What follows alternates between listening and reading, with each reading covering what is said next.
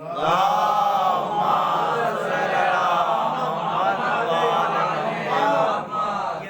آتا ہے ہمیں امام سید سجاد کی، یہ کربلا ہے آتا ہے ہمیں بی بی زینب کی، یہ کربلا ہمارے پاس اپارچونٹی ہے تاکہ دوسروں کو سمجھا سکیں کہ کربلا کیا ہے. باقی کسی قوم کے پاس ایسی اپارچونٹی نہیں ہے. واللہ آپ ذرا دیکھیں یہ کربلا ہمارے لیے سب کچھ ہے. یہ کربلا ہمیں ہمارے آخری امام سے ملاتی ہے. یہ کربلا، یہ آپ شکر، ہمیں شکر کی نماز پڑھنی چاہیے، شکر کا سجدہ کرنا چاہیے کہ اے اللہ تم نے ہمیں یہ اس نعمت سے نوازا، یہ اللہ کی نعمت ہے. آیت اللہ حسن نصر اللہ کیا کہتے ہیں؟ آیت اللہ حسن نصر اللہ بھی یہی کہتے ہیں کہ اپنی قسمت کو کبھی برا مت کرو، یہ تمہاری قسمت یہ ہے کہ تم حسین کے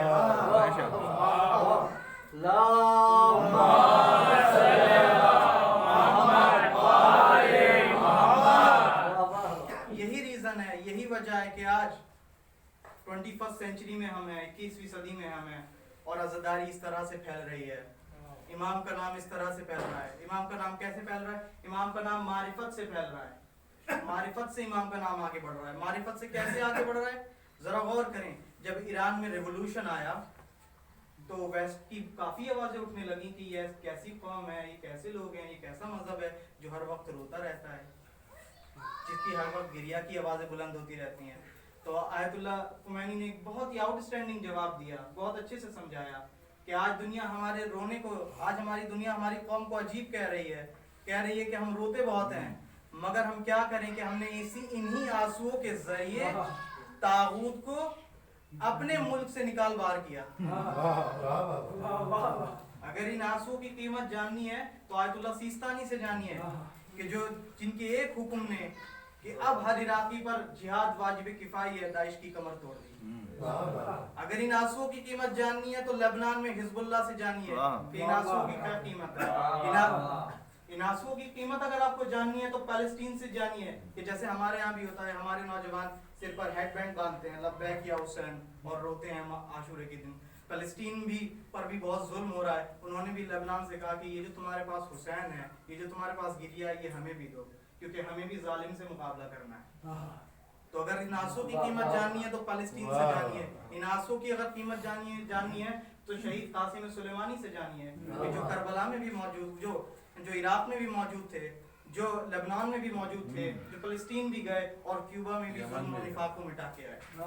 ان آنسوؤں کی قیمت بہت امپورٹنٹ ہے. یہ آپ کے آنسو بہت امپورٹنٹ ہے. یہ عزاداری ہمارے لیے، یہ عزاداری ہے جو ہمارے لیے سب کچھ ہے. اور ہاں، یہ ہماری عزاداری کی وجہ ہی ہے کہ آج ایسے ماحول میں، ایسے وقت میں کہ جہاں ساری دنیا میں وبا پھیلی ہے مگر ہماری قوم، ہماری ملت عزا میں مشغول ہے.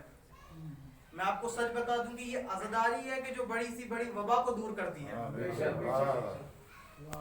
یہ عزاداری ہے کہ جو بڑی سی بڑی وبا کو دور کرتی ہے. ماموں نے مجھے حکم دیا کہ آج وہی ٹاپک پڑھنا ہے جو میں نے پہلے پڑھا تھا کہ سن 61 ہجری میں بھی ایک وبا پھیلی تھی، بالکل ایسی ہی وبا تھی، بلکہ اس سے بھی خطرناک وبا تھی.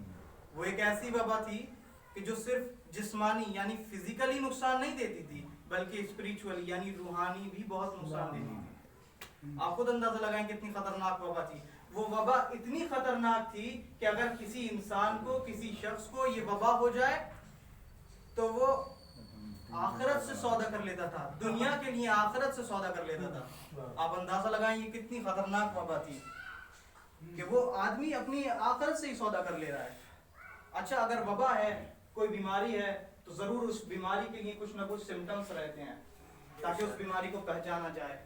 اس بیماری کے اگر سمٹمز معلوم ہو جاتے ہیں تو کوئی ایسا آدمی کہ جس میں سمٹمز نہیں دکھ رہے ہیں وہ ہمارے ساتھ آ کے بیٹھ جائے اور ہمارا دین خراب کر دے اس وبا کے لحاظ سے. اس لیے اس کی ٹیسٹنگ بھی ہوتی ہے تاکہ ہمیں پتہ چلتا رہے.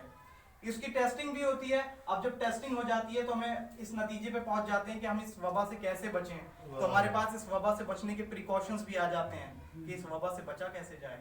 ٹھیک ہے، تو یہ جو وبا سن 61 ہجری میں جو وبا پھیلی یہ بھی بہت خطرناک وبا تھی. اس کے بھی سمٹمز تھے، اس کی بھی ٹیسٹنگ تھی اور اس سے بچنے کے پریکاشنز بھی تھے. اس کے جو سمٹمز تھے وہ بہت کامن سمٹمز تھے جو آسانی سے لوگوں میں دکھ جاتے تھے. باطل، کفر، نفاق،